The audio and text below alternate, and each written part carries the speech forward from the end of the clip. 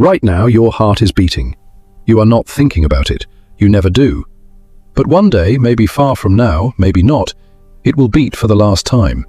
1 second it is beating, the next, it is not. That fast, that simple. This is second zero. And what happens in the next 60 seconds is something science is only now beginning to understand. Because it turns out, the moment you die may be the most alive your brain has ever been. Spark has watched a lot of fires go out. This is the story of the last minute before the light does. The very first thing that happens when your heart stops is nothing. At least, nothing you can feel. Your blood pressure drops to zero. The 5 liters of blood that was circulating a moment ago now just sit there, still. Without a pump, there is no flow. But here is the thing. Your brain does not know that yet. For the first 10 seconds, your brain is still running on the oxygen already in your blood. Your neurons are still firing. Your thoughts, whatever they were, are still happening. You are still, technically, you.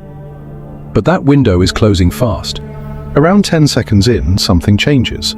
Your brain, the most oxygen-hungry organ in your body, burning 1/5 of your oxygen at any moment, notices the deliveries have stopped.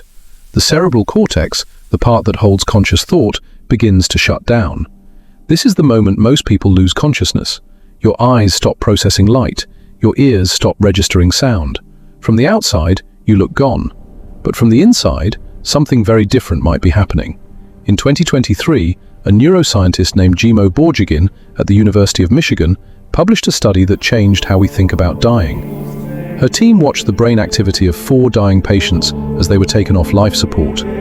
What they expected was a quiet fade to black, activity winding down like a machine losing power. That is not what they found. In 2 of the 4 patients, within seconds of losing oxygen, the brain did something no one predicted. It surged. A massive spike of gamma waves exploded across the brain, the same waves tied to consciousness, memory, heightened awareness, even dreaming. And it was not random noise. It was organized, concentrated in a region linked to out-of-body experiences and vision. Borjigin's own words for the surge were blunt. She called it, quote, crazy high. Now pause here, because this is where the science meets something much harder to explain.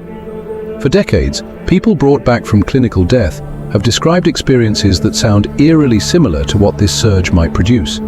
A bright light, a sense of floating above their own body, a peace so deep it defies description.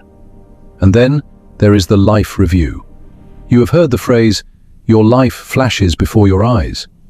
Most people assume that means the highlights, your wedding, your child's birth, your proudest moments. But people who have actually been through it say that is not how it works. It is not the big moments, it is the small ones. Riding your bike as a kid, checking your email on a random Tuesday, a white cat on a staircase you do not even remember. That last one is real. A young man, resuscitated after clinical death, described seeing a white cat on a staircase during his life review. He could not place it. He had no memory of ever being in that building. So he described the staircase, the layout, the cat to his mother. She told him they had lived in that exact building, next to a neighbor with a white cat. He was 14 months old when they moved out, which raises a question neuroscience still cannot answer. Are all of our memories still in there, every single one? And does the dying brain, in its final surge, somehow unlock the entire archive?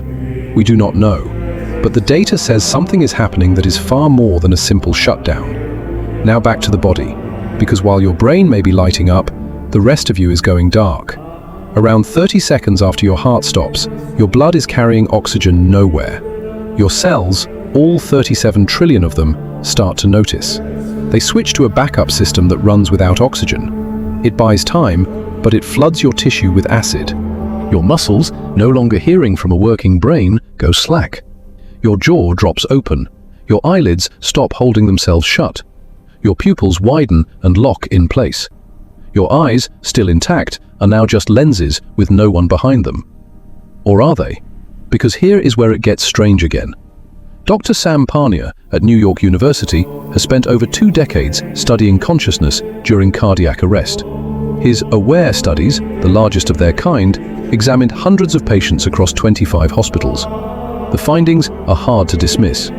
In the Aware 2 study, about 40% of survivors reported some perception of awareness during the time they were clinically dead.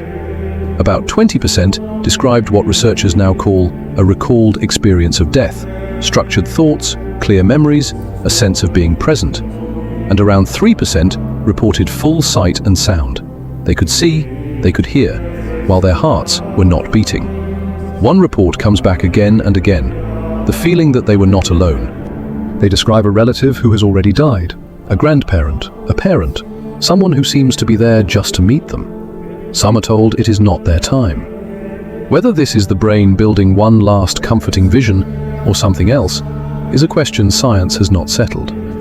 But what the data does tell us is this: dying, for most people, is not painful. It is not dark. It is not empty. It is, by nearly every account, peaceful. Now back to the body, one more time. At around 60 seconds, the damage is becoming serious but not yet permanent. And that word matters, because this is the window where you can still be brought back. If someone starts CPR now, if a shock is delivered now, what happened can still be reversed. Brain cells can survive without oxygen for 4 to 6 minutes before the damage locks in. At the 1-minute mark, you are in a kind of biological limbo, not alive in any normal sense, but not gone in an irreversible one either. Your cells are still intact, still whole, still waiting. The question is, waiting for what? There are two answers, and both are true. The medical answer is oxygen. Restore the blood in the next few minutes, and many of these cells recover. People come back from exactly this every single day. But the other answer is harder to say, because if no one comes, no CPR, no shock, no one, then this was your last minute on this side of life. And based on everything we now know, your brain did not spend that minute shutting down quietly. It spent it turning on. The people who come back do not return wanting more money or more status. They come back wanting more time with the people they love, more presence in the moments that seem to not matter. Because those are the moments that flash before you at the end, not the achievements. The ordinary Tuesday afternoons you never thought anyone was recording.